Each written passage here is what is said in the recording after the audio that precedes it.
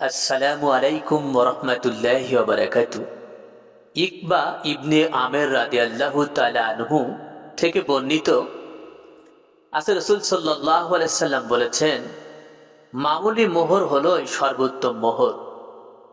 অধিক পরিমাণে মোহর ধার্য করার ফলে পারিবারিক জীবনে নানা জটিলতা, সংকট সৃষ্টি হয়ে থাকে।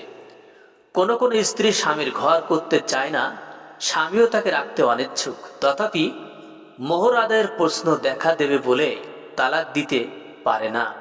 কারণ মোহর যা ধার্য করা হয়েছে তা আদায়ের সামর্থ্য স্বামীর নেই। এমত অবস্থায় স্বামী স্ত্রীর মধ্যে ওহি নকুল সম্পর্কে থাকা সত্ত্বেও তাদেরকে একত্রে বসবাস করতে হয়। সুতরাং এই অবস্থায় তাদের ঘরে শান্তির পরিবর্তে চরম অশান্তি দেখা দেয়।